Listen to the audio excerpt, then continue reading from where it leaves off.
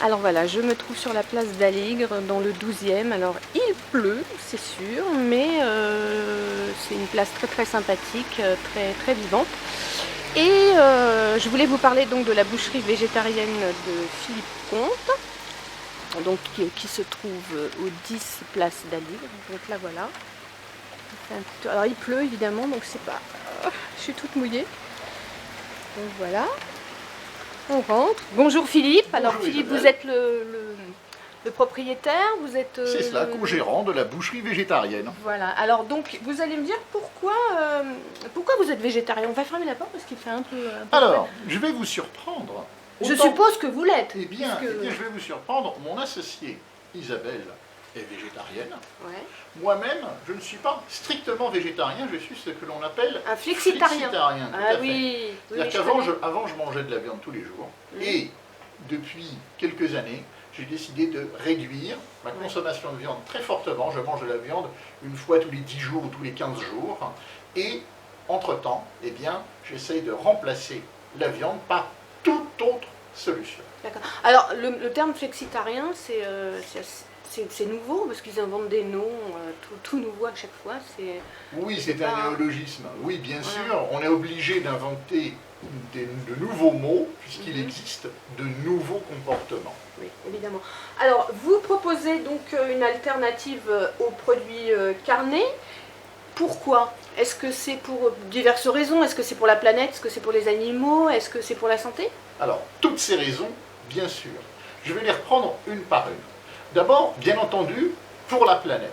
Ouais. Parce qu'on sait désormais, c'est à la portée de tout un chacun sur le net, on sait que la viande est la principale cause de l'émission des gaz Les à effets de serre, les GES. Ouais. Et s'il n'est pas si facile d'agir dans d'autres circonstances, par exemple, on peut se dire, je vais changer ma voiture contre une voiture électrique. Ouais.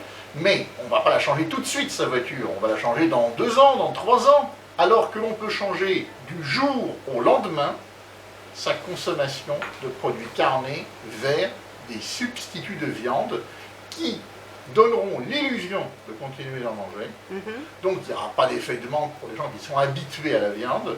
Et ainsi, on agira immédiatement Sur la planète. sur la planète. Avec Tout à une fait. empreinte moindre. Avec hein. une empreinte bien Voilà. moindre. Vous le faites aussi pour vous personnellement, par exemple, Alors, pour le côté santé? Tout à fait. Je crois que vous aviez aussi parlé avant, je crois, de bien-être animal. Oui, enfin, justement, Là, oui, l'éthique animale. Absolument, Ouais. l'éthique par rapport au bien-être animal. Et c'est la raison pour laquelle, là, je crois que les flexitariens et végétariens vont pouvoir se rejoindre. C'est-à-dire que même si les flexitariens continuent de manger de la viande, et les végétariens n'en mangent plus, souvent pour cette raison principale. Oui, c'est d'abord la raison. Absolument, c'est la raison principale. Ils sont moins écolos en fait, ils sont Alors, plus pour le. Voilà, l'animal, écolo, ouais. écolo, après, il y a des débats, il y a des gens qui pensent que les omnivores sont aussi écolos, etc. Bon, je ne veux pas rentrer dans ces débats. Je vois une chose, c'est que les flexitariens, quand ils mangent de la viande, ils vont choisir de la viande bio, ils vont choisir de la viande où les animaux qui seront in fine consommés auront eu une vie Ouais. dignes d'être vécus et non Mhm. pas seront dans la ferme des 1000 vaches ou dans des conditions d'élevage absolument abominables. Donc ça aussi, c'est important. C'est-à-dire que de ne pas manger de viande ou d'en manger très peu, ça permet aussi, bien entendu, de pouvoir améliorer le bien-être animal. Mhm. Alors vous êtes ouvert évidemment aux tendances, hein, pas forcément végétarienne uniquement, vous êtes aussi, vous proposez aussi du végétalien Bien sûr. et puis du vegan. Bien sûr, tout à fait. Nous avons bien entendu des produits pour les personnes qui sont passées déjà bien plus loin dans leur démarche et qui ont supprimé non seulement la viande, mais aussi tout produit d'origine animale, c'est-à-dire donc essentiellement le lait et les œufs. Bon, toutefois, la plupart de nos produits sont végétariens et non végétaliens. Mais vous Nous en proposez du végétalien. Hein. Nous proposons du végétalien. Nous allons avoir d'ailleurs un nouveau produit végétalien qui arrive la semaine prochaine. Ok. Y a-t-il un profil type de vos clients et clientes? Eh bien, c'est là où nous avons été, je crois, le plus surpris. Mhm. En effet, nous nous imaginions, comme tout un chacun, que nous allions justement avoir une oui, forme voilà. de clientèle type, Oui. c'est-à-dire La quadra plutôt, voilà, une bobo quadra, ou la bobo, quinca etc. Voilà, qui fait ménage. exactement. Eh bien, quelle surprise! Vous avez des hommes aussi? Nous avons toute la population. Des jeunes, des plus Nous avons des jeunes, nous avons des seniors, nous avons des catégories que l'on pourrait comme ça qualifier de populaires. Nous avons tout le monde. À la fois parce qu'il y a les trois raisons que vous avez citées sont partagées par tous. Il n'est pas question que ce n'est pas l'apanage de quelque classe sociale que ce soit. Oui. Et aussi pour des raisons que nous avons découvertes. La première, par exemple, nous avons beaucoup de seniors. Les seniors qui ne peuvent plus manger de viande en raison du cholestérol.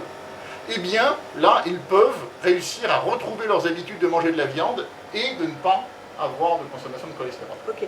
Alors, avant-dernière question, quand même une question qui va peut-être un peu fâcher parce que j'ai vu sur les réseaux sociaux qu'on vous le reprochait un petit peu, c'est que vous avez l'appellation boucherie végétarienne, ce qui est un petit peu contradictoire. Pourquoi?